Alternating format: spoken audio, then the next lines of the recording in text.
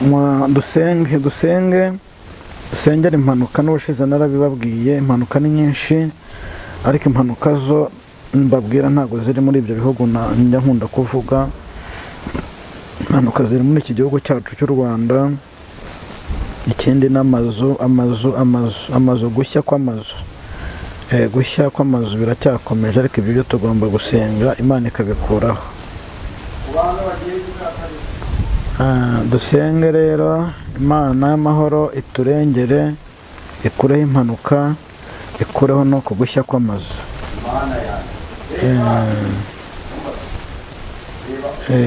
ni ugusenga rero, ugusenga tukaba maso, tugasengera impanuka, tugasengera izi nkongi z'imiriro. tube maso dusenge.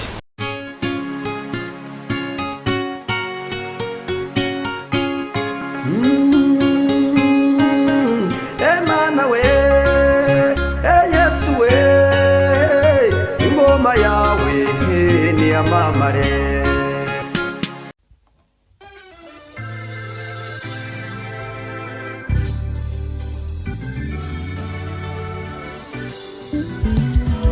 Siribi Studio ni igisubizo cyawe. Bahanzi, baririmbyi, namwe makorari mwifuza gukoresha indirimbo zanyu muri studio, ni mugane Siribi Studio tubakorere neza audio na video. Wifuza gukora live recording cyangwa se live, tugane tubigufashemo. Wowe ufite ubukwe ukaba ukeneye abagufatira amashusho n'amafoto yabyo neza, ntugire impungenge, gana Siribi Studio. Ibiciro byacu ntabwo bikanganye. Dukora mu mujyi wa Musanze ndetse no mu mujyi wa Gisoro muri Uganda. Akarusho kandi ku baririmbyi ushaka gukora indirimbo 3 wongezwa iya 4 ku buntu. Ukeneye ibindi bisobanuro hamagara 0788 97 81 Siribi Studio ni igisubizo cyawe.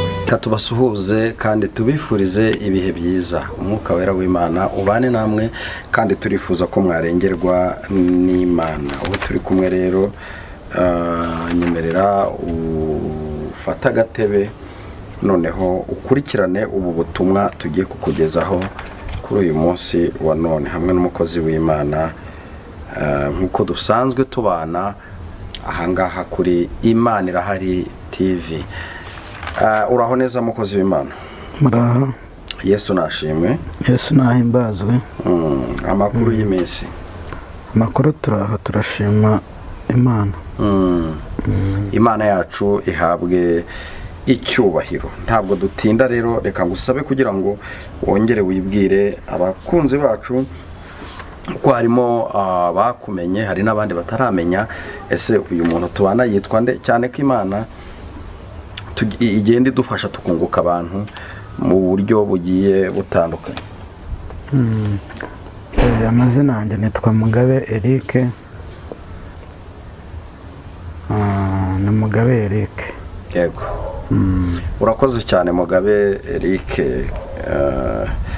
Reka ngusabe kugira ngo mbere ko dutangira ikiganiro cyacu kuri uyu munsi ubanze usenge Imana. Kadusenge mu izina rya Yesu. Uri Imana nziza, uri Imana yo kubahwa, uri Imana iturindika turengera.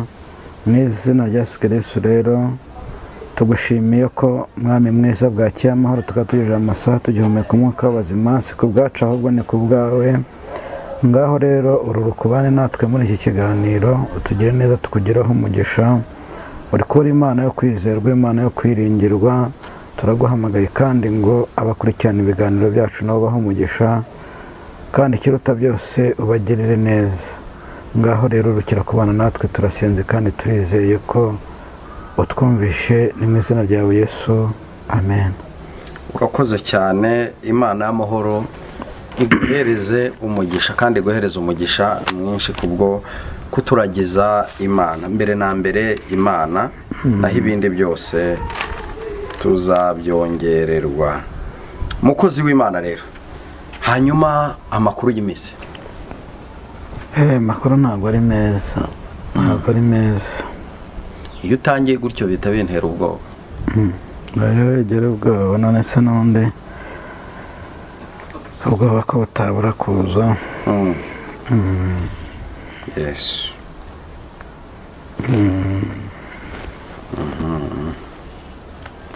ntabwo byoroshye na gatoya. ntabwo byoroshye. kubera iki atari meza? ubundi nari nababwiye ko nahagaritse ibiganiro. nari nababwiye ko nahagaritse ibiganiro, ariko byabaye ngombwa ko nongera kugaruka. nkunda kubabwira ngo nkoreshwa n'umwuka. umwuka iyo ntegetse gusenga cyangwa gutanga mesaje nibwo mbikora. noneho uraza kubona umuhanda umanuka bwawe w'igitaka nugeraho ukamanuka nugera nyoborwa n'umwuka icyo nyoboye nicyo nkora. niyo mpamvu rero mubona ngarutse imbere yanyu. Imana yari yambwiye ko ngomba ko wandikiye gutanga ibiganiro ariyo izongera ikambwira uburyo ngomba kugarukaho haza gutanga mesaje zanyu. niyo mpamvu rero ngarutse, n'ubwo buryo ngarutse. Imana ibaha umugisha rero. niyo mpamvu ngarutse nje gutanga mesaje, kuko igihe cyose umwuka azankoresha nzakora. keretse nambwiye ati hagarara, nibwo ngomba guhagarara. yego urakoze cyane mukozi w'Imana. hanyuma uyu munsi ntabwo turi butinde, hari mesaje Imana yaguhaye arizo zatumye wongera kugaruka kuri kamera. ariko mbere y'uko uzitambutsa, hari ikiganiro twakoranye mu minsi ishize, nta n'ibyumweru bitatu birarangira, urimo uravuga ngo ikimenyetso Imana yatanze ni uko mu mujyi hari inyubako igiye gufatwa n'inkongi, kandi ngo nta muntu uzahiramo. ndabyibuka niko wavuze, uravuze ngo nta muntu uzahiramo, ariko ibintu byo bishobora gushya. uyu munsi ejo bundi nabonye itangazo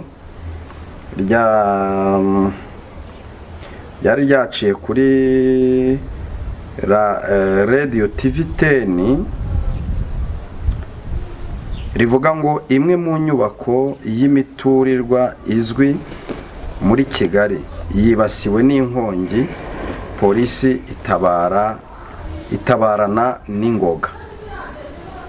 byanteye guhaguruka njya kureba, kuko nsanga nk'uko wabivuze ni inyubako izwi kandi ni inyubako ndende. abazi inyubako yitwa Makuza Peace Plaza niho iyo nkongi yari yazamukiye. kandi ubona ko uretse ko polisi y'u Rwanda ifite ubuhanga mu kuzimya inkongi, ifite ubuhanga mu gutabara, iyitahaba mu by'ukuri bigaragara ko iriya nyubako yari kushya igakongoka. umaze kubona ko ikimenyetso watanze cyamaze kugaragara, wiyumvise ute? wabitekerejeho iki? biragoye niyo mpamvu ongera ijwi. biragoye niyo mpamvu nkunda kubwira abantu, nkababwira ngo ntabwo njya nkunda guhanura ibyiza, kuko ibyiza byaravuzwe, mwarabibwiwe kenshi, murabibwirwa ntibyasohora. impamvu rero bitasohoye bishobora kuba barababeshye. iki gihe turimo rero ntabwo ari cyo kuvuga ibyiza gusa. yego ni byiza iyo bije ndabivuga, ariko ahanini mesaje mpabwa ni iziba zikakaye kandi zikabwira abantu ngo basenge babe maso. uretse ko hari n'ibidasengerwa. hari ibidasengerwa ngo biveho, kuko biba byamaze gutegura, biri mu mugambi w'Imana. hari biba ari ngombwa. ushobora kuba uti se kuki Imana yakemera ko inzu ishya, kuki Imana yakemera ko ibyago biba? irabyemera nyine, yagiye byemera ngombwa ko bigomba kuba. none se niba Imana ibwiye abantu ngo nimwihane musabe imbabazi, ntimusabe imbabazi ahubwo tukaguma kuyikora mu jisho? Imana twayibabaje kuva kera ubwo yatugeraga ku musaraba ikabambwa, ikatwitangira na n'ubu rero turacyayikora mu nkovu. Turacyayikora mu nkovu. Niyo mpamvu rero nongeye nagarutse naje gutanga mesaje. Tukiri aho ngaho, uyu munsi wahanuye ibintu bikomeye ndetse biremereye ku buryo nahise ngira ubwoba nkimara kubona ko ikimenyetso watanze cyahise kiboneka. Nta wundi muntu nawe numvise uhanura yarangiza agatanga kiriya kimenyetso, ni wowe wagitanze. Nimba abantu baradukurikiye koko baze kwibuka ikiganiro twakoranye mu minsi ishize kivuga ngo hari inyubako igiye gufatwa n'inkongi, nicyo kimenyetso Imana yaguhaye. Ufite n'igiceri cy'ijana uri kuvuga amateka y'icyo giceri cy'ijana, abantu baraza kubyibuka. Uyu munsi wowe nta bwoba biguteye ko ibindi byose wahanuye nabyo byaba bigiye gusohora kandi ko wahanuye ibintu bikakaye? Nanjye niyo mpamvu ngarutse nyine mbabwira, ndiho ndababwira ngo ibi byose mwumvishije bigomba kuba. Ko twarasenze, narasenze, namwe uko biri mwarasenze, ariko mu gusenga kwanjye njyewe Imana ijya inganiriza, yambwiye ko yabwiye abantu banga kumva, banga kwihana. Nimvuga abantu ntimo kumva, rega bo mu Rwanda nshuti zanjye, ntabwo abo mu Rwanda ari bo bonyine babwirwa, ntabwo ari bo bonyine bakora ibyaha, ntabwo ari bo bonyine batumva. Ubwo n'abatumva nabo ni akazi kabo, bazagira igihe bumvishwe. Ariko mukunda kwititsa mukavuga ngo nimvuge ngo u Rwanda, ngo nimvuye u Rwanda. Mwe mwaruvuze se mwe mubizi ko ari mwebwe mubizi, ubwo mufite namwe ku mwuka babwira mujya mubivuga, ariko ngiye mvuga ibyo mwuka yambwiye. Ubwo numvugira ibyo ntavuze, ibyo ni akazi kawe. Imana yambwiye ngo hanyuma ntabwo naguha umwanya, cyafite ikintu ndashaka kugira ngo tuganire kuri iki kintu. Iyo ubuhanuzi butanzwe bugasohora, ikimenyetso cyabwo kikagaragara, ni icyo umuntu yakora kugira ngo na bwa bundi bukakaye ntibusore. Kuko icyo twifuza ko iyi si yagira amahoro, ntabwo twifuza ibihano by'Imana. Eliya yigeze ategeka imvura irahagarara. Twabonye ibihano byinshi byagiye bisohora ku bantu bari mu isi. Twabonye abo ku bwa Nowa baburiwe kenshi bakanga kumva, baza kurimburwa n'amazi y'umwuzure. Ariko ni nk'iki twakora kugira ngo none bya bindi bitatugeraho? Ese ko nzi ko abwirwa benshi ariko ntibumve kimwe, ariko hakagira ababyumva, abashoboye kubyumva bisanga mu buhanuzi, bemera ko Imana ivuga. Niyihe nama wabagira? Kuko ngewe nemera ko iyo ubuhanuzi butanzwe haba hari n'insinzi yabwo. Insinzi ni ugusenga, Imana ikarengera abayo. Ejo bundi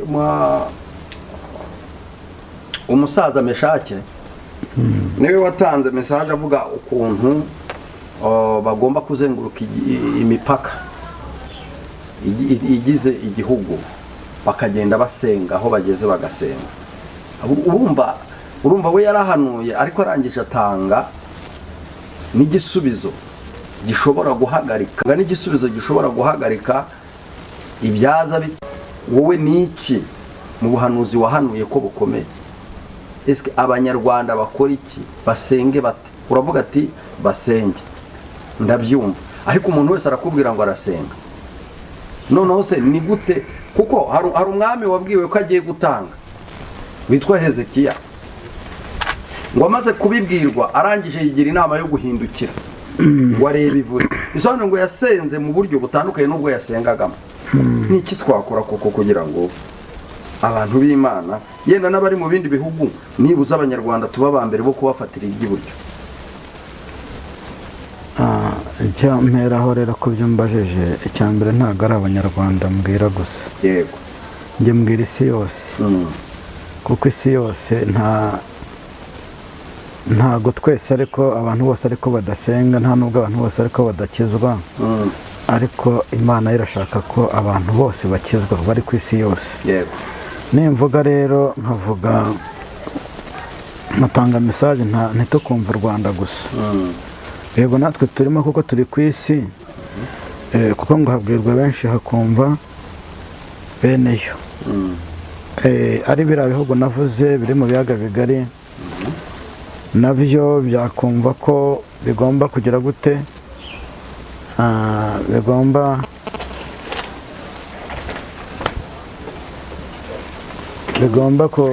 gusenga, bigomba gusenga, kuko impamvu bigomba gusenga ni iyi ngiyi. Birasenga kugira ngo ntabwo ibyo bizabura kuba ibyo navuze.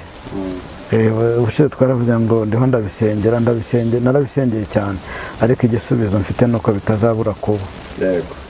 Kuko impamvu bitazabura kuba ntabwo ari uko tutasenze, ahubwo nuko nta kizabihindura, ntacyo mbona. Niyo makuru mfite. Ahubwo icyo nababwira nuko mugomba kugira gute, gusenga. Tugomba gusenga kugira ngo Imana izatabara abantu basenze. Naho ubwo nimva gusenga ntitwumva u Rwanda gusa, cyangwa ngo twumve bya bindi abantu bibwira ngo icyo gihugu ni u Rwanda, ngo icyo gihugu ni u Burundi, ngo icyo gihugu ni Kongo, ngo icyo gihugu ni ibindi. Ni isi, kandi navuze biriya bihugu bibiri biri mu biyaga bigari. Ntabwo ari byo bigomba gusenga byonyine, natwe tugomba gusenga. Tugomba gusenga kuko ntabwo bizabura kuba, ariko Imana izarengera abayo. Yego, karibu rero. Nashaka kubazaho utuntu dukeya ku bijyanye na biriya byabaye. Banyarwanda rero ndetse n'abandi badukurikira bari hirya no hino, mube maso kuko Imana irimo iravuga kandi yavuga igasohoza. Mu by'ukuri mwarabibonye ku kiganiro twagiranye ko yavuze ati nyaboneka nimube maso, kuko nimutaba maso Imana impaye ikimenyetso. Muraza kubona inzu ndende cyane iza gufatwa n'inkongi y'umuriro, ati nicyo kimenyetso Imana impaye. Ubwo ikimenyetso cyamaze kugaragara rero, icyo dusabwa noneho ni ukwizera. Twebwe ntabwo dusabwa ikiguzi, ahubwo turasabwa guca bugufi, tukinginga Imana, tugatereta Imana, tukayisaba kurengerwa nayo. Karibu rero, turakwakiriye kugira ngo tugezeho mesaje Imana yaguhaye kuri uyu munsi. Yego, murakoze. Mesaje rero Imana yampaye, nkunda kubabwira ngo mesaje Imana impa ni mesaje zikakaye, ariko zibabwira ngo dusenge, tureke kwirara, twumve ko twagezeyo, tuzatungwa nayo twasenze. Reka rero tubanze turebe umuririmbyi nkunda, umuririmbyi wa 47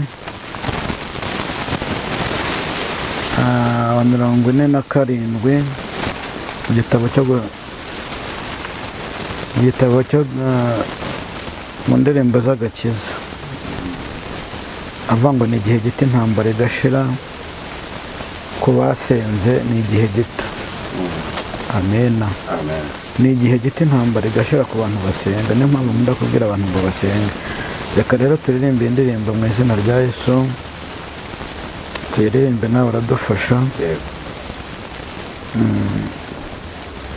Ni igihe gito intambara igashira, ni igihe gito umuraba ugacyaha, noneho nkarambika umutwe wanjye muri rwa rubavu rwa Yesu nkunda.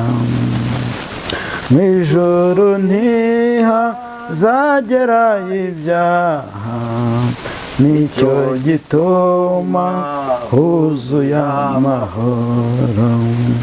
Mu ijuru ntihazagerayo ibyaha, nicyo gituma huzuye amahoro.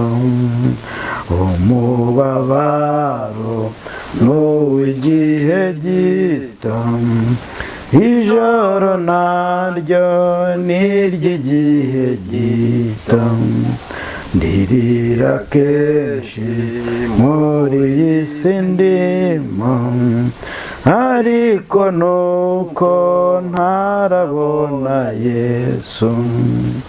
Hazaba w'igitondo gihoraho, nibwo ntazongera kurira ukundi. Hazabaho w'igitondo gihoraho, nibwo ntazongera kurira ukundi. Igihe gito ngifite umuruho, n'igihe gito nkazabona Yesu, nibwo nzaba ntandukanye n'ibyago, nzaba mbumbatiwe mu maboko ye. Nzi ko mu ijuru hataba umwijima, iwe habaye umucyo uhoraho iteka. Nzi ko mu ijuru hataba umwijima, iwe habaye umucyo uhoraho iteka. Noneho ntacyo umubabaro untwaye, kuko nzawibagirirwa kwa Yesu. Amina. Nubwo ngifite kubabazwa mu isi, mu ijuru nta mubabaro n'urupfu. Imana izahanagura amarira, izavanaho umubabaro. Imana yacu, Imana izahanagura amarira, izavanaho umubabaro wose. Amina. Niba ukunda kumbwira ukambwira ngo ko mpora mbabaye, ngo ko mpora ntishimye, hari igihe nzishima kuko hari igihe Imana izampanagura amarira ntakiri muri iyi si, kuko muri iyi si ibyo mbona biba binteye umubabaro n'agahinda ni byinshi. Nibyo nagira ngo mbabwire rero. Muraho muravuga ngo ndimo ndahanura ibintu bigahita biba, nibyo bigomba kuba. Ntago nishimiye ko biba, ahubwo ko bwanjye mba numva nasenga Imana ikabikuraho, ariko hari biba ari ngombwa. Message rero mbazaniye ahanini Imana yambwiye ngo mbabwire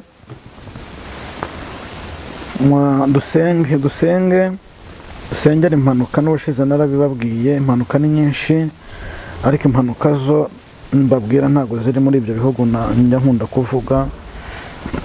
Impanuka ziri muri iki gihugu cyacu cy'u Rwanda. Ikindi n'amazu, gushya kw'amazu biracyakomeje, ariko ibyo tugomba gusenga Imana ikabikuraho. Dusenge rero Imana y'amahoro iturengere, ikureho impanuka, ikureho no kugushya kw'amazu.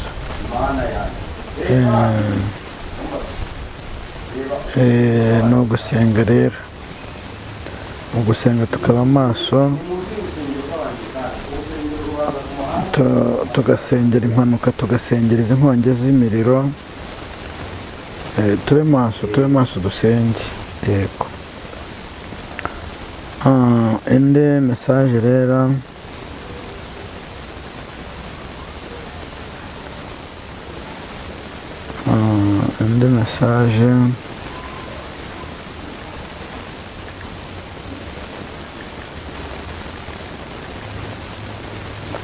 indi message yacu ni uko tugomba kuba maso cyane, kuko izi nshya zo zigiye gushya, ni nyinshi. Inzu zigiye gushya. ariko buriya ni impamvu ibitera. Impamvu ibitera se ntabwo nyine turiho, ntabwo turiho tugenda uko Imana ishaka. turagenda uko imana idashaka. Niyo mpamvu rero tugomba gusenga tukaba maso.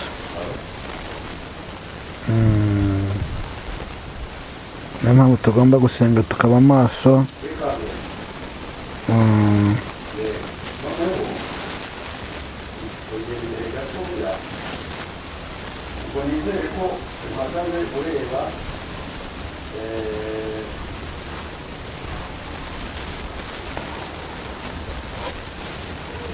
Mube maso dusenge kuko ntabwo byoroshye, biragoye. Tube maso kuko biragoye, ntabwo byoroshye. Tube maso dusenge.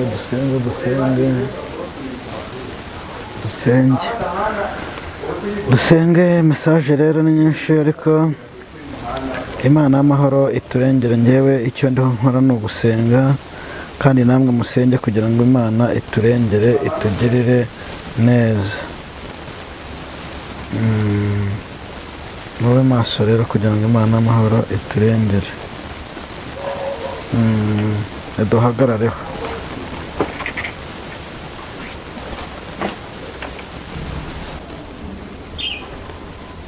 Hanyuma indi message mfite niyo kubwira abadamu bafite abagabo b'abamotari. Abadamu bafite abagabo b'abamotari basengera abagabo, kuko nabonaga Satani yohereje abadayimoni benshi bakugusha abamotari. Hari umudayimoni waje w'ubusambanyi Satani yohereje muri iki gihugu cyacu, ndetse na Uganda. Uwo mudayimoni rero akaba ashaka mbese ashaka gusenya ingo. Ashaka gusenya ingo z'abamotari. Abamotari babe maso basenge. Babe maso cyane cyane aba muri iki gihugu cyacu cy'u Rwanda. Babe maso kuko biragoye.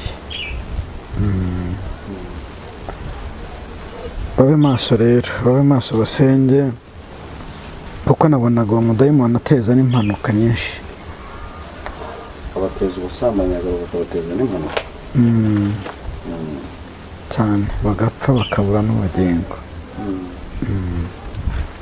Ubwo rero basenge, babe maso. Abagore babasengere, n'abamotari kandi musenge. Basenge nabo. Basenge kuko n'uwabishobora yazampamagara kuri nimero nawe akaza bampamagara bakaza tugasenga Imana ikabikuraho. Kandi mube maso, ni ukuri mube maso kuko Satani arabahiga cyane. Mube maso. Hari message nigeze ntanga mvuga ngo Imana ije kubarengera, Imana ije kubagirira neza, ngo ariko musenge.